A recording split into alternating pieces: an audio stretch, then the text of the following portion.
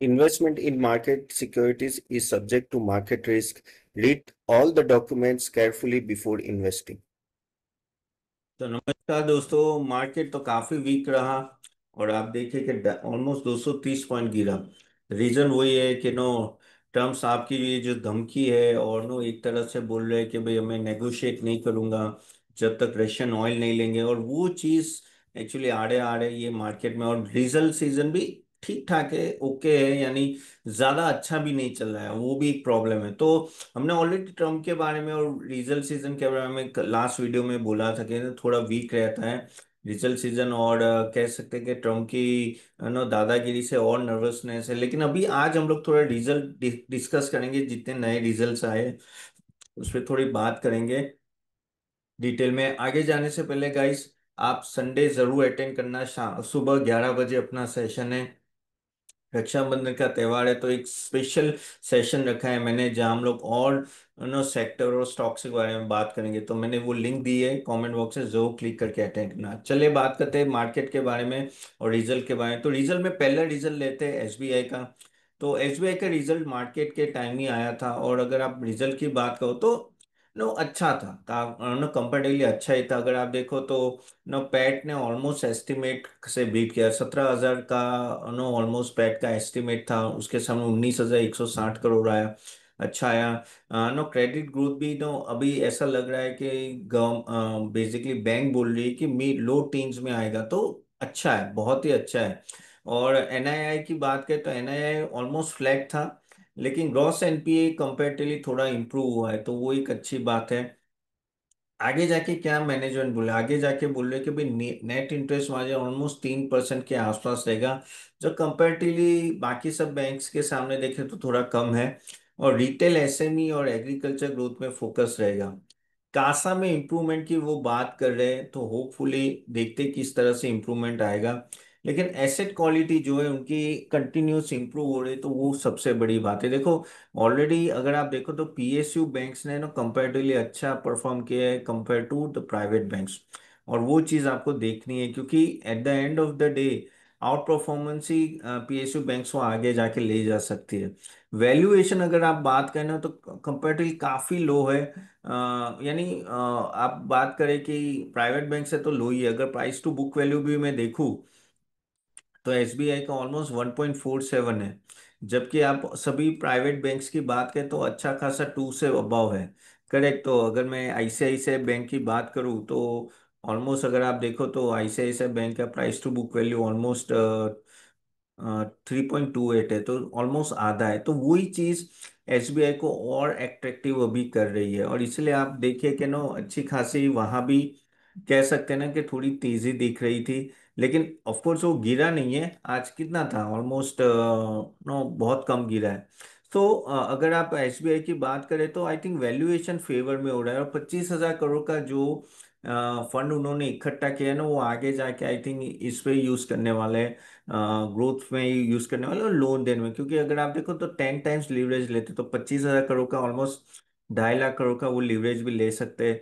तो उस तरह से अच्छा है काफी। अगर हद तक नो अब कुछ नेगेटिव पॉइंट्स भी है, जैसे नो नेट इंटरेस्ट एनआईआई जो मार्जिन है वो क्वार्टर टू क्वार्टर ईयर और ईयर डिक्लाइन हुआ, और इंटरेस्ट कॉस्ट 9% से बढ़ गया है, वहाँ थोड़ा आप कह सकते हो उसके वजह से मार्जिन में इम्पेक्ट आया। कॉर्पोरेट लोन ग्रोथ भी ऑलमोस्ट 5.7% से, जो तो कंपेरेटिवली कम है। लेकिन eight the end of the day यहाँ ऐसा लगे कि क्रेडिट कॉस्ट काफी हद तक कंट्रोल में आएगा। तो ऑफ कोर्स ये एक ऐसा स्टॉक है ना जो आपके नजर में रहना चाहिए फॉर पीएसयू। अगेन कोई रेकमेंडेशन नहीं है गाइस, हम हमारे रेकमेंडेशन पोर्टफोलियो बिल्डर में ही देते, तो वो चाहो तो आप www.catapan.in में जाके देख सकते हो। लेकिन कंपैरेटिवली मुझे रिजल्ट ओके लगा। दूसरे एक रिजल्ट की बात करते हैं, वो है इन्फो एज। इन्फो एज की बात करें तो इन्फो एज का भी रिजल्ट आया। उससे पहले एक काम करते हैं, गार्डन रिच शिपयार्ड की बात करते हैं, क्योंकि काफी लोग ने इन्वेस्ट किया। तो गार्डन रिच शिपयार्ड का कह सकते हैं ना कि रिजल्ट काफी अच्छा आया, और ऑलमोस्ट 37% का क्या नो ये 1 मिनट में एक बार देख लेता हूँ, उसका चार्ट निकाल के देख लिया। गार्डन शिपयार्ड देखो, अगर आप टॉप ऑलमोस्ट 3,500 थे, वहां से अब 2,500 नीचे आ गया, अच्छा खासा कह सकते हैं कि ना ऑलमोस्ट टॉप से ऑलमोस्ट 28% डाउन है। और अगर उसकी रिजल्ट की बात करें तो रिजल्ट अच्छा था। कंपेयर टू 37% पैट में जंप आया, रेवेन्यू भी 29% आया है। और बेसिकली क्या है कि ऑर्डर बुक की विजिबिलिटी बहुत अच्छी है। अब देखो वो हमें सबको पता है कि डिफेंस स्टॉक्स में ना विजिबिलिटी बहुत अच्छी है, ऑलमोस्ट 5 टाइम्स to 6 टाइम्स, अगर प्राइस तो कह सकते हैं कि इनका कंपेयर टू जो एनुअल टर्नओवर है ना उसके सामने इनका ऑर्डर बुक है, तो वो एक अच्छी बात है। और एग्जीक्यूशन स्पेस यहाँ से वो बोल रहे इम्प्रूव होगा। देखो इनके पास ऑर्डर बुक है लेकिन क्या कैपेसिटी है, वही चीज आपको देखनी पड़ेगी, क्योंकि कैपेसिटी बढ़ाएंगे और उसका एग्जीक्यूशन किस तरह से होगा उसके बेस पे ही आगे जाके हम लोग कह सकते हैं कि भाई ये स्टॉक्स आगे जाएंगे। तो फोकस काफी हद तक इंडिजिनियस और लोकलाइजेशन पे है, और गवर्नमेंट भी चाहती है, क्योंकि अभी जो माहौल है ना ग्लोबल माहौल वो कुछ अच्छा नहीं है। आप लोगों को भी पता है कि अभी ऑलरेडी हम लोग पाकिस्तान से तो प्रॉब्लम चल ही रहा है, ये साइड में चाइना है और बांग्लादेश है, हर जगह प्रॉब्लम। ऊपर से अभी तो यूएस के भी साथ रिलेशन अच्छे नहीं है। तो काफी हद तक ना आपको डिफेंस पे सेल्फ रिलायंट रहना है, और वही चीज अभी हमें फोकस करनी चाहिए। और इसलिए आप देखो कि इन लोगों को ऑर्डर बुक बहुत ही बढ़िया मिल रहा है। ओके, रॉबस्ट ऑर्डर बुक है, और टेलविंड बहुत ही बड़ा है डिफेंस का। मार्जिन एक्सपांशन धीरे धीरे यहाँ मिलेगा, क्योंकि अगर देखो ऑर्डर बुक है तो यहाँ से कैपेसिटी भी बढ़ रही है, तो आगे जाके अगर मार्जिन इंप्रूवमेंट होता है तो एक अच्छा खासा आप देख पाओगे कि जंप दिखेगा स्टॉक में। तो वो चीज अच्छी है। ऑफ कोर्स विजिबिलिटी बहुत अच्छी है नेवी प्रोग्राम्स में, ऑल दैट। अब ये देखना है कि वो किस तरह से एग्जीक्यूशन करते हैं। P-17 ए फ्रिगेट्स की वो काफी हद तक आगे जाके एग्जीक्यूशन करने वाले हैं। और टॉप लाइन अगर सस्टेन करते हैं, मार्जिन एक्सपेंशन, तो ये स्टॉक अच्छा रहेगा। ऑफ कोर्स स्टॉक गिर चुका है, ऐसा बोल ही नहीं रहा हूँ कि ये सस्ता स्टॉक है, लेकिन डिफेंस का है तो आप थोड़ा लंबा समय का सोच के आप इन्वेस्ट कर सकते हो। थोड़ा ऐसा नहीं कि यहाँ वॉलेटिलिटी हमेशा रहेगी। तो वही चीज़ अगेन कोई रिकमेंडेशन है, खुद रिसर्च करके इन्वेस्ट करना है। और एक स्टॉक की बात करते हैं, और वो स्टॉक है जैसे मैंने बोला था पहले कि इन्फो एज की बात करते हैं। इन्फो एज भी काफ़ी लोगों के पास रहता है, और उन्होंने जोमेटो में इन्वेस्ट किया है, पॉलिसी बाजार, मैजिक ब्रिक्स, नौकरी, ये सब उनके दूसरे वेंचर्स हैं। तो अगर बात करें तो उनका रिजल्ट ठीक ठाक था, ओके था। और लेकिन आगे जाके मेन दिख रहा है कि आगे जाके क्या हो गया। आज तो भाई अच्छा खासा वो अगर मैं देखूँ तो गिरा हुआ था स्टॉक, और 5% आई थिंक गिरा था। एक मिनट मैं तो भी देख लेता हूँ। Info Edge, okay, Info Edge की बात करूँ तो ऑलमोस्ट नहीं, 2% आई थिंक गिरा था, फिर वापस रिकवर हो गया था। तो इन्फो एज की बात करूँ तो ऑलमोस्ट लग रहा है कि यहाँ से भी एक्सेलरेशन धीरे धीरे उनका होगा। ओके, और रेवेन्यू प्रॉफिटेबली ठीक ठाक बढ़ी है। इसमें सबसे मेन प्रॉब्लम इनका जो कहते हैं ना कि मार्केटिंग एक्सपेंस बहुत बढ़ गया था, जिसकी वजह से प्रेशर आया है। और जो नौकरी है वहाँ भी एलिवेटेड कंपटीशन है, तो वो कंपटीशन के वजह से भी काफी इशू आ जाते हैं। शेयर्स की वॉलेटिलिटी तो ऑफ कोर्स रहती ही है, इसमें इसमें कोई डाउट नहीं है, क्योंकि देखो ये काफी हद तक इटर्नल का शेयर में इन्वेस्ट किया हुआ है। देन पॉलिसी बाजार, तो उनके स्टॉक में मूवमेंट आते तो इसमें भी मूवमेंट आते, लेकिन अभी इटर्नल क्योंकि बहुत ऊपर है तो उनको फायदा है। और काफी हद तक सीजनलिटी भी इम्पैक्ट आती है। अब यहाँ से वो लोग डबल डिजिट की बिलिंग ग्रोथ एक्सपेक्ट कर रहे हैं यहाँ से। और 99 एकर्स का भी एक्सेलरेशन रहेगा। और काफी सारे एआई प्लेटफॉर्म पे उन लोगों ने इन्वेस्ट कर रहे हैं, तो उसमें भी अपग्रेड हो रहा है, तो उसको फायदा होगा। क्योंकि देखो eight the end of the नौकरी एक ऐसी सॉरी, इन्फोएज ऐसी कंपनी है जो एक तरह से वेंचर कैपिटलिस्ट की बात करो या प्राइवेट इक्विटी, कैसे हर एक कंपनी में इन्वेस्ट करते हैं वैसे ये लोग भी इन्वेस्ट करते हैं। सो ये चीज आपको ध्यान में रखने, अगेन काफी स्ट्रॉन्ग कैश डिसिप्लिन है इनका। और आगे जाके भी रिक्रूटमेंट धीरे धीरे इम्प्रूव होगा, लेकिन इनका प्रॉब्लम क्या हो रहा है कि आईटी थोड़ा सुस्त है। तो आईटी में सुस्ती आती है ना, तो इनका डायरेक्टली नौकरी में इम्पैक्ट आता है। लेट्स सी आगे जाके क्या होता है। तो ये एक ऐसा स्टॉक है कि आप डिसेंट सा रिटर्न पकड़ के चलो। अगर इन्फो एज के अगर मैं 5 साल का भी अगर देखूं किस तरह से रिटर्न, तो ठीक है, एवरेज रिटर्न दिया है 14-15%, तो वही है। डिसेंट रिटर्न पकड़ के चलना है तो आप इसमें सोच सकते हो। और ऐसा कुछ ये नहीं है कि भाई हाँ शेयर है कि भाई रातों रात भाग जाएगा, ऐसा कुछ है नहीं। तो उस तरह से आप इसको पकड़ के चलना है। अगेन प्लीज अपना रिसर्च करके इन्वेस्ट करना है। चलिए और एक स्टॉक लेते हैं। मैं देखो, मैं आपको सिर्फ संक्षेप में बताता हूँ कि क्या चल रहा है क्या नहीं, तो थोड़ा उस तरह से आपको पकड़ के चलना है, ठीक है। चलिए और एक स्टॉक ले लेते हैं, और वो स्टॉक लेते हैं हम लोग, जो और एक आया था वो था बीएससी इंडिया का। बीएससी इंडिया का भी आज शेयर नो रिजल्ट आया, अच्छा था, कंपेरेटिवली अच्छा था, कल आया था एक्चुअली। तो उसका भी अगर आप देखो तो नो काफी हद तक वॉल्यूम में ड्रॉप आया था। रीजन वही था कि जैन स्ट्रीट का इशू था, उसके वजह से। और फिर थोड़ा वो ऐसा भी डर था कि सेबी कुछ ऑप्शंस का वीकली एक्सपायरी बंद करेंगे एंड ऑल दैट, लेकिन उस तरह से हुआ नहीं है। और अभी तो सेबी के गवर्नर ने बोल दिया कि अभी तो हम लोग कुछ रिस्ट्रिक्शन नहीं ला रहे हैं, लेकिन ऑप्शंस में थोड़ा जो रूल स्ट्रिक्ट हुआ है उसकी वजह से इम्पेक्ट है। तो भी अगर आप देखो तो टर्नओवर और वो सब ठीक ठाक रहा, इतना कुछ प्रॉब्लम नहीं आ रहा। आगे जाके उनके सेंसेक्स के ऑप्शन में भी ना मोमेंटम धीरे धीरे आएगा।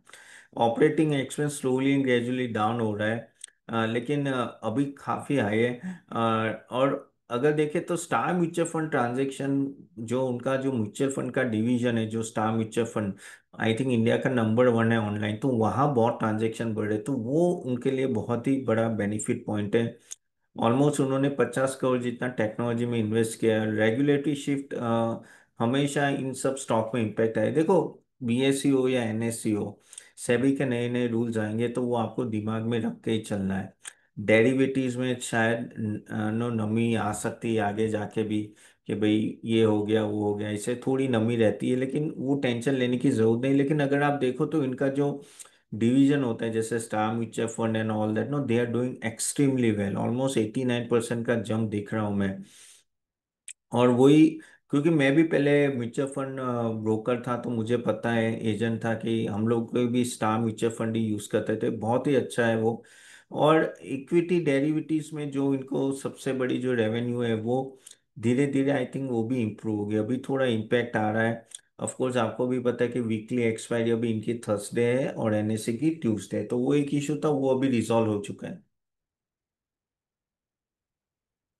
एनएससी का आईपीओ जो आने वाला था अभी, तो वो देखना पड़ेगा कि कब आ रहा है, लेकिन शायद 1-2 महीने में एनएससी का आईपीओ आता है, तो उससे भी ये काफी पता चलेगा कि किस तरह से वैल्यूएशन लेगा। लेकिन ये एक ऐसा स्टॉक है कि आगे जाके मुझे लग रहा है कि देखो, मार्केट बढ़ेगा, जीडीपी बढ़ेगी, तो मार्केट बढ़ेगा ही बढ़ेगा। और दो ही तो प्लेटफॉर्म है, एनएससी और बीएससी, और बीएससी का भी अपना शेयर रहेगा, उसमें कोई प्रॉब्लम नहीं है। तो मेरे हिसाब से आई थिंक ये स्टॉक आपके नज़र में रहना चाहिए। ऑफ कोर्स देखो क्या होता है, लेकिन हाँ, हर एक ड्रॉप पे आप दिमाग पे रखो, लेकिन खुद का रिसर्च करके इन्वेस्ट करना। बट यस, एक ऐसा स्टॉक है जो नो वॉल्यूम अगर रिकवरी आती है तो बहुत जल्दी रिकवरी आ सकती है, तो काफ़ी हद तक मार्केट वॉलीटिलिटी पे डिपेंडेंट रहेगा। तो उस तरह से आपको इन्वेस्ट करना है, ना कि आपको सोचना है कि भाई मैं अभी डाल दूं ये करूं। ये ऐसा ही रहेगा। ये आपको थोड़ा एसआईपी टर्म में अगर आपको देखना है तो आप देख सकते हो। चलिए और एक स्टॉक लेते हैं, वो है एचपीसीएल। तो एचपीसीएल देखिए कि आजकल तो क्या है कि ऑयल मार्केटिंग कंपनी ज़्यादा डिमांड में compare to oil refinery companies. अच्छा, बाय द वे, मैं ये स्टॉक डिस्कस, मीनवाइल आपके कोई क्वेश्चन है प्लीज़ क्वेश्चन बॉक्स में ज़रूर डाल दीजिएगा, आई विल टेक इट। मैंने पीछे भी सभी क्वेश्चंस लिए थे। और दूसरा, जैसे मैंने बोला, संडे का सेशन है, लिंक मैं दे दूंगा, ज़रूर अटेंड कीजिएगा। और आपको अगर मैं पोर्टफोलियो बिल्डर सर्विस देखनी है तो www.catappan.in में ज़रूर जाके देखिएगा। चलिए एचपीसीएल की बात करें तो प्रॉफिट ग्रोथ बहुत ही अच्छा रहा। एचपीसीएल भी देखिए, अगर आप नो किस तरह से स्टॉक का मूवमेंट रहा है, तो क्योंकि ऑयल मार्केटिंग कंपनीज अभी थोड़ी डिमांड में है, और वही चीज़ आपको थोड़ी ध्यान में रखनी है। तो ये स्टॉक ऑलमोस्ट के ना 293 था, उसका ऑलमोस्ट आप देखो 440-50 पहुंच गया। लेकिन ये है कि ओवर द इयर्स अगर आप देखो तो ठीक ठाक अच्छा खासा रिजल्ट दिया है, ठीक है। इसने अगर 5 साल का भी मैं देखूँ तो अच्छा खासा बढ़ा है, क्योंकि ऑयल प्राइसेस अगर नीचे आते हैं ना तो इनको डायरेक्ट फायदा होता है। तो ओएमसी में काफी टाइम से, आप लोग अगर मुझे टीवी में भी फॉलो करते हैं, यूट्यूब में भी फॉलो करते हैं, तो मैं काफी पॉजिटिव हूँ इसमें। और खास करके इनका देखो कैपेक्स ऑलमोस्ट 13,000 थी 14,000 करोड़ रहने वाला है अराउंड। और हाई रिफाइनरी यूटिलाइजेशन है, तो उससे वजह से क्या होता है, उनको घना बहुत ही फायदा होता है। राजस्थान की जो रिफाइनरी प्रोजेक्ट है वो काफी प्रोग्रेस करी है, आई थिंक वहां से भी अच्छा खासा आउटपुट आएगा। और वो क्या है, ईवी चार्जिंग में भी आगे जा रहे हैं। जैसे अभी भी पेट्रोल है, लेकिन पेट्रोल पंप में भी एक जगह पे वो लोग ईवी चार्ज कर सकते हैं, तो वहां भी वो चार्जिंग तरफ जा रहे हैं। वहां भी फुटप्रिंट वर्ल्ड वाइड, क्योंकि इनके और एचपीसीएल ले लो, बीपीसीएल ले लो, okay, Bharat petroleum and all that, no, इन इन सबके नो ऑलरेडी इतने सारे पेट्रोल पंप है, तो वहां वो लगा सकते हैं। Again petrochemicals R and D में भी काफी हद तक फोकस है।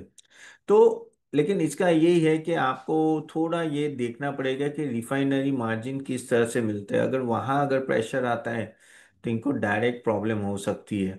अगर पैट की बात करें तो ठीक ठाक ही था, कोई प्रॉब्लम नहीं है मेरे हिसाब से। ये अगर आप देखो ना, तो इनका जो मार्केटिंग गेन्स है ना, वो काफी हद तक ना वीक जीआरएम से ऑफसेट होता है। और यहाँ से भी मुझे ऐसा लग रहा है कि ये सब कंपनीज, अगर ऑयल अराउंड 70 के आसपास रहा, 70-75, जो चांसेस है कि 2 साल में उतना ही रहेगा, क्योंकि ट्रम्प साहब का जिस तरह से बिहेवियर है, वर्ल्ड इकोनॉमी अगर थोड़ी स्लो होती है तो ऑयल प्राइसेस की डिमांड नहीं बढ़े, ऑयल प्राइसेस बढ़ेंगे नहीं। तो इसलिए आपको ये दिमाग में रख के चलना है, आई थिंक। इसलिए मैं बोल रहा हूँ कि ये एक ऐसा स्टॉक है कि आप कुछ टाइम पे तक सोच सकते हैं इस स्टॉक के बारे में। आई थिंक ओवरऑल मुझे यहाँ बस ओएमसी को कंपेरेटिवली ज्यादा फायदा है compare to other companies, okay.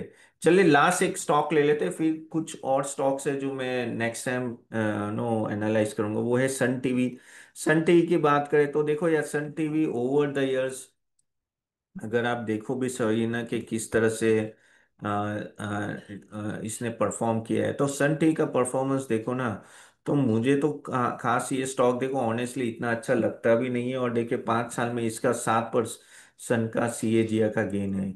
देखो बहुत सारे इश्यूज रहते हैं मीडिया कंपनीज में, अगर इनका रिजल्ट भी देखूँ तो कुछ खास नहीं है, ठीक है। और यानी ओके है, यानी इसमें प्रॉब्लम यही है कि आगे जाके मैनेजमेंट भी बोल रहा है कि ना काफी हद तक ओटीटी से कंपटीशन आ रही है।